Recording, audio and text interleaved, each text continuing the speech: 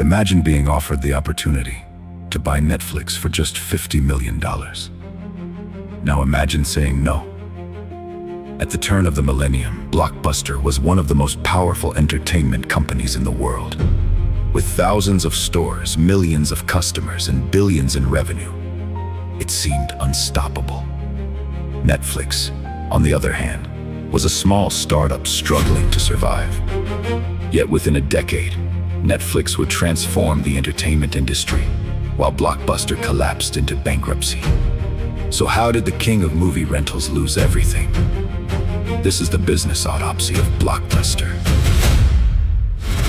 Chapter 1: The King of Home Entertainment. During the 1990s, Blockbuster dominated the movie rental industry. If you wanted to watch a movie on a Friday night, chances were you visited a Blockbuster store. The company expanded rapidly across the United States and eventually around the world. At its peak, Blockbuster operated more than 9,000 stores and served millions of customers every week. The business appeared invincible, but hidden beneath its success was a growing problem. A significant portion of Blockbuster's profits came from late fees.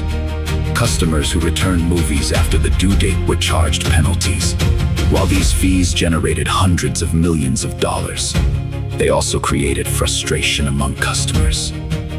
Blockbuster continued to grow, but consumer expectations were beginning to change, and the company failed to recognize how quickly that change was coming.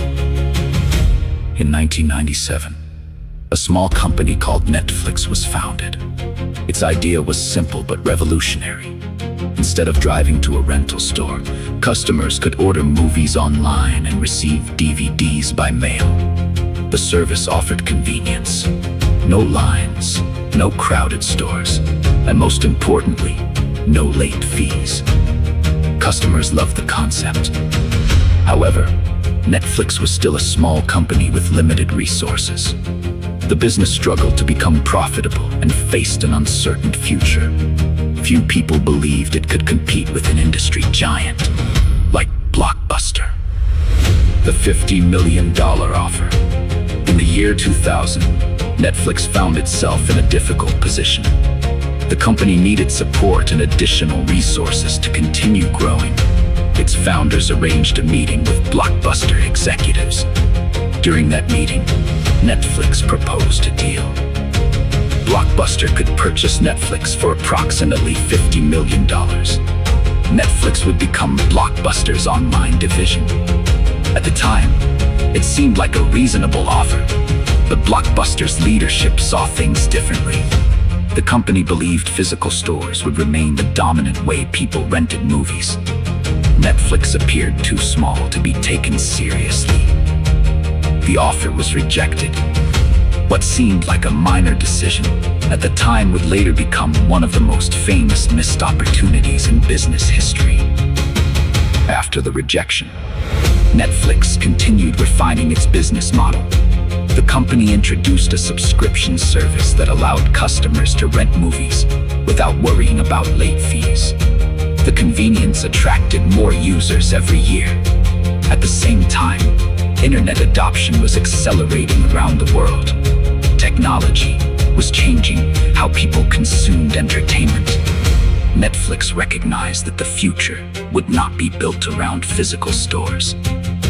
It would be built around digital access. While many companies focused on the present, Netflix focused on the future. Blockbuster falls behind. As Netflix gained momentum, Blockbuster finally realized that consumer behavior was shifting. The company attempted to launch competing services. It even reduced its dependence on late fees. But by then, Netflix had already established itself as a serious competitor. Blockbuster's greatest strength had become its greatest weakness. Its massive network of stores created enormous costs. Netflix operated with far greater flexibility.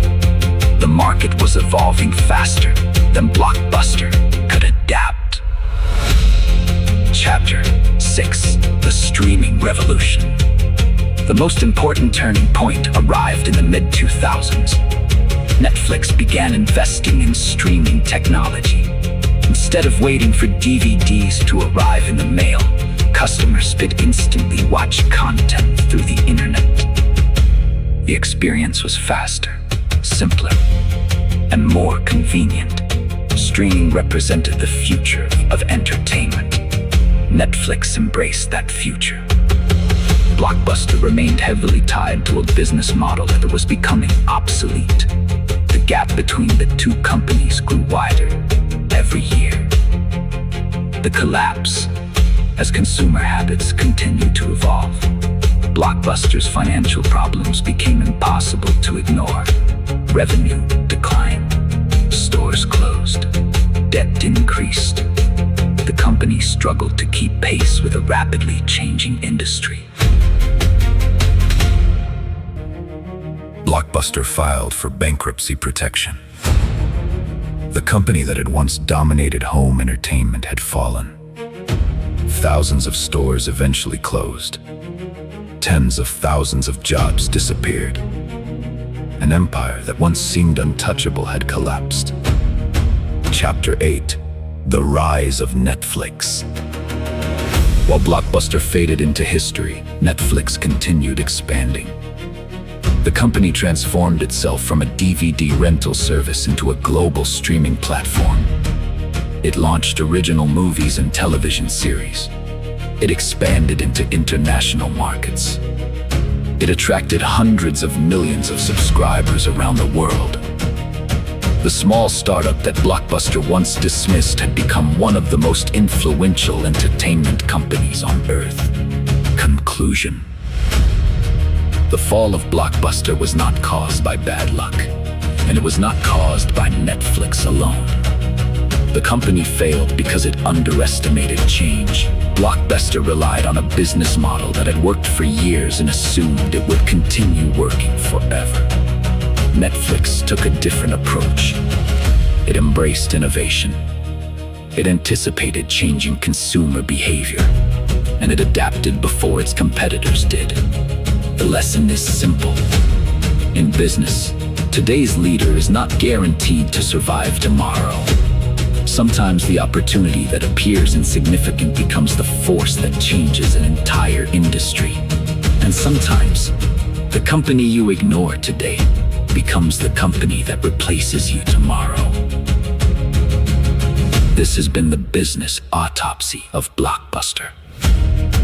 If you enjoyed this episode, subscribe for more stories about corporate collapses, billion-dollar mistakes, and the business decisions that changed history forever.